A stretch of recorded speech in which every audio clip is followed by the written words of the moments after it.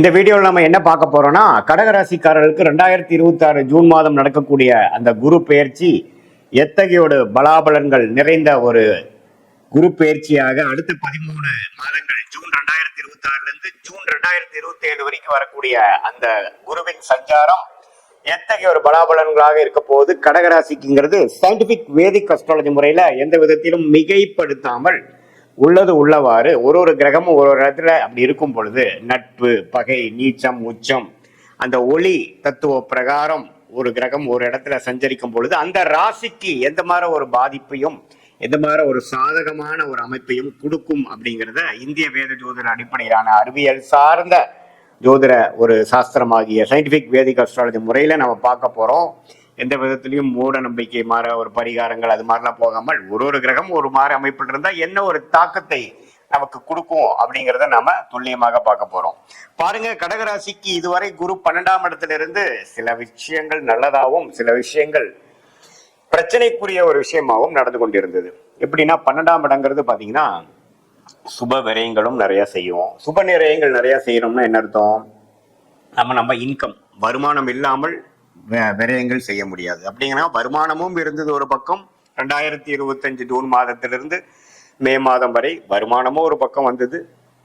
அதே மாதிரி செலவுகளும் போய்கொண்டிருந்ததுங்கிறது சொல்லக்கூடிய கடகராசிக்காரர்களுக்கு இப்போ குரு ராசிக்குள்ள வரும் பொழுது ஃபர்ஸ்ட் என்ன நடக்கும் அப்படின்னு பாத்தீங்கன்னா செலவுகள் குறையும். நம்ம எந்த மாதிரி ஒரு விஷயத்துல அதிகமா நம்ம செலவு பண்ணிட்டு இருக்கோமோ அந்த அமைப்புகள்லாம் கொஞ்சம் கட்டுக்குள் வரும். தேவையற்ற செலவுகள் அதிகமா தீர்க்கமா யோசிக்காமல் சில விஷயங்கள் செய்து அதனால விரயங்கள் வந்து கொண்டிருக்கிறது. வட்டிக்கு பணம் கொடுத்துட்டு இருக்கிறது, இஎம்ஐ என்ன இன்ட்ரெஸ்ட்ல போயிட்டு இருக்குன்னு கூட தெரியாம இஎம்ஐ கட்டிட்டு இருக்கிறது, அது மாதிரி பல விஷயங்கள் ஏதோ ஒரு டைம்ல ஆரம்பிச்சது நம்ம பண்ணிட்டு இருக்கக்கூடிய விஷயங்கள் கடகராசிக்காரர்களுக்கு உச்ச குருவாக ராசிக்குள்ள வரும் பொழுது நமக்கு பல்ப் எரிஞ்சிரும். எது மாதிரி எரிஞ்சிரும்? நம்ம என்ன பண்ணிட்டு இருக்கோம், இவ்வளவு தூரம் கஷ்டப்பட்டு உழைச்சு தேவையற்ற செலவுகளால் செய்து நம்ம உழைப்பையே நாமளே வீணாக்குறோம் அப்படிங்கிற மாதிரி நல்ல ஒரு தெளிவு கிளாரிட்டி கிடைக்கக்கூடிய அமைப்பு எல்லா வயதினரும் ஆகிய கடகராசிக்காரர்களுக்கும் கிடைக்கும்.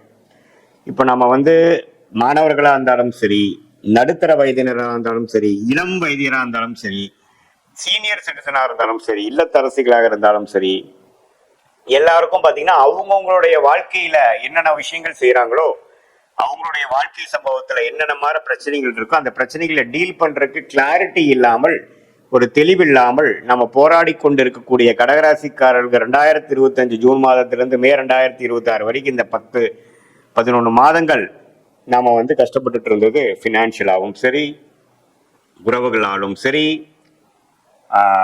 வேலை தொழிலையும் பாத்தீங்கன்னா நிறைய வேலை செய்யறோம், நிறைய அலையிறோம், நிறைய டிராவல் பண்றோமே ஒழிய பெரிய பிரயோஜனம் இல்லையே அப்படிங்கிற மாதிரி தன் வீடு ஆகிய 6ஆம் வீட்டுக்கே கனெக்ட் ஆகி கடன், வம்பு வழக்குகள், தேவையில்லாத உறவுகள்ல ஒரு அந்யோன்ய குறைவு, அது மாதிரி விஷயங்கள் போய்கொண்டிருந்த கடகராசிக்காரர்களுக்கு இப்போ இனிமேல் தான் பாத்தீங்கன்னா ஓரளவுக்கு போன வருஷம் நாம போட்ட எஃபோர்ட்டுக்கு, போன வருஷம் நாம செஞ்ச சுப செலவுகளுக்கு எல்லாமே ஒரு பெனிஃபிட், ப்ராஃபிட், வரவு வரக்கூடிய ஒரு அற்புதமான ஒரு குரு பயிற்சியாக கடகராசிக்கு வருது. எப்பவுமே ராசிக்குள்ள குரு அது உச்ச குருவாக வரும் பொழுது நிறைய பேர் ராசிக்குள்ள குரு வரக்கூடாதுன்னு தவறான சில கருத்துக்கள்லாம் சொல்லுவாங்க. இப்ப ஆனா குருங்கிறவர் சுப கிரகம், கடகராசிக்கு யோகஸ்தானாதிபதி, அதாவது ராஜயோகாதிபதியாகவும் வருகிறார், சுப கிரகமாகவும் வரும் பொழுது இரட்டிப்பான நல்ல எண்ணங்கள், நல்ல தெளிவான முயற்சிகள், தெளிவான திட்டங்கள், அது மாற நம்ம செயல்பட்டு இதுவரை நம்ம தேவையற்ற சில விஷயங்கள்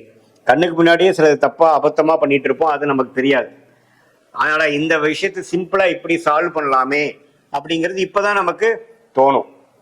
ஸோ அது மாதிரியான சில வாழ்க்கை மாற்றங்கள், செயல் மாற்றங்கள், முயற்சி மாற்றங்கள் எல்லாம் செய்து அது மூலமாக நல்ல ஒரு மனநிலை, நல்ல ஒரு உடல்நிலை, நல்ல ஒரு பேர் பெறக்கூடிய ஒரு அமைப்பு கடகராசிக்காரருக்கு உண்டு. வாழ்க்கையில குடும்பத்தினர் உள்ள குடும்பமா இருந்தாலும் சரி, உங்களுடைய கொலீக்ஸா இருந்தாலும் சரி, ஃப்ரெண்ட்ஸா இருந்தாலும் சரி, எல்லாத்திலேயே கொஞ்சம் நல்லுறவு பேணிச்சு இந்த குச்சகுருவின் பார்வை 7ஆம் இடத்துல விழுகும் பொழுது நம்மளுடைய சோஷியல் லைஃப் இன்னும் கொஞ்சம் இம்ப்ரூவ் ஆகும்.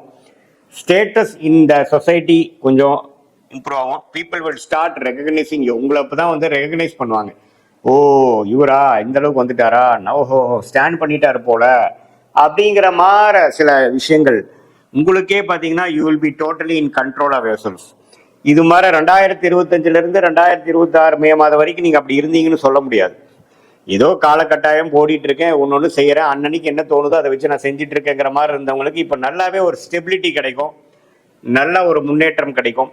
அது மூலமாக வாழ்க்கையில ஒரு அனுகூலமான ஒரு நிலைமைக்கு போகக்கூடிய அமைப்பு இருக்கு. மாணவர்கள் எல்லாம் கான்சென்ட்ரேஷன் பண்ண முடியாமல் அவதிப்பட்டு இருந்தவர்களுக்கு நல்ல கான்சென்ட்ரேஷன், நல்ல அமைதியான ஒரு மனசு, நம்ம என்ன படிக்கணும், எப்படி படிக்கணும், எந்த படிப்பு நமக்கு ஒத்து வரும், அது மாதிரி நல்லாவே வளைஞ்சு உட்கார்ந்து சாதிக்கக்கூடிய ஒரு அமைப்பு எல்லாம் கிடைக்கக்கூடிய அமைப்பு மாணவர்களுக்கு இந்த கடகராசிக்கு குரு பயிற்சி ஆகிறது நம்ம நல்ல விஷயமாக இருக்கிறது. காம்படிட்டிவ் எக்ஸாம்ஸ் எழுதலாம்னு நினைக்கிறவங்க இப்போ அதை கிளியர் பண்ணுனா நல்ல போஸ்டிங் கிடைக்கும், ஆனால் நம்ம கிளியர் பண்ண முடியாமல் இருக்கும் அப்படிங்கிற மாதிரி இருக்கிறவங்களுக்குலாம் இந்த குரு பயிற்சி நல்ல பலன்களை கொடுக்கும்.